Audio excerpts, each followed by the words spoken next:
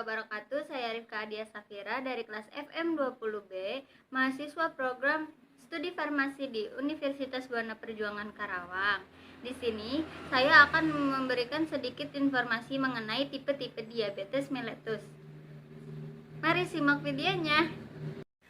Apa sih diabetes mellitus? Diabetes mellitus didefinisikan sebagai suatu penyakit atau gangguan metabolisme kronis dengan multi-etiologi yang ditandai dengan tingginya kadar gula darah disertai dengan gangguan metabolisme karbohidrat, lipid, dan protein sebagai akibat insufisiensi fungsi insulin.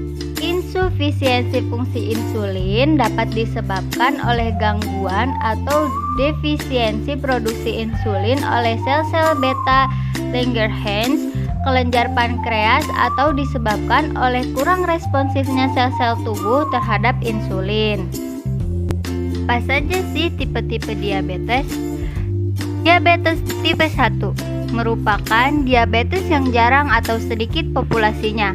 Diperkirakan kurang dari 5-10% dari keseluruhan populasi penderita diabetes. Gangguan produksi insulin pada diabetes mellitus tipe 1 umumnya terjadi karena kerusakan sel-sel beta pulau Langerhans yang disebabkan oleh reaksi autoimun. Namun, ada pula yang disebabkan oleh bermacam-macam virus, di antaranya virus Coxsackie, rubella, CM virus, herpes, dan lain sebagainya. Diabetes mellitus tipe 2 merupakan tipe diabetes yang lebih umum. Lebih banyak penderitanya dibandingkan dengan diabetes mellitus tipe 1. Penderita diabetes mellitus tipe 2 mencapai 90-95% dari keseluruhan populasi penderita diabetes. Umumnya berusia di atas 45 tahun. Tetapi akhir-akhir ini penderita diabetes mellitus tipe 2 di kalangan remaja dan anak-anak populasinya meningkat.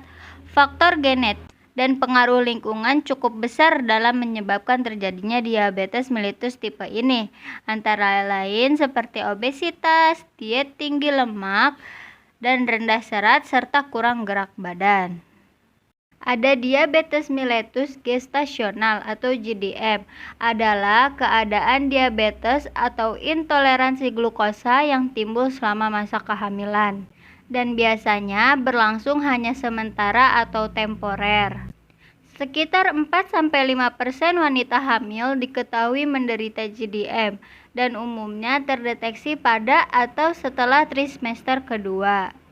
Yang terakhir ada prediabetes. Prediabetes adalah kondisi di mana kadar gula darah seseorang berada di antara kadar normal dan kadar diabetes, lebih tinggi daripada normal, tetapi tidak cukup tinggi untuk dikategorikan ke dalam diabetes tipe 2.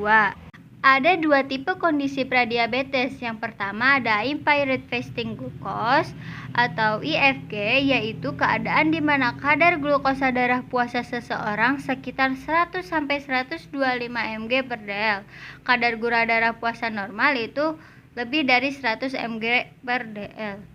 Lalu yang kedua ada impaired glucose tolerance atau IGT, atau toleransi glukosa terganggu, yaitu keadaan di mana kadar glukosa darah seseorang pada uji toleransi glukosa berada di atas normal tetapi tidak cukup tinggi untuk dikategorikan ke dalam kondisi diabetes.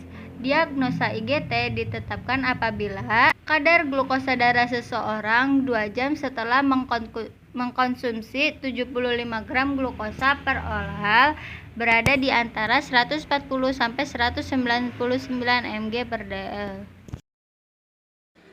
Mungkin cukup sekian informasi yang dapat saya sampaikan. Semoga ilmunya bermanfaat. Terima kasih dan sampai jumpa.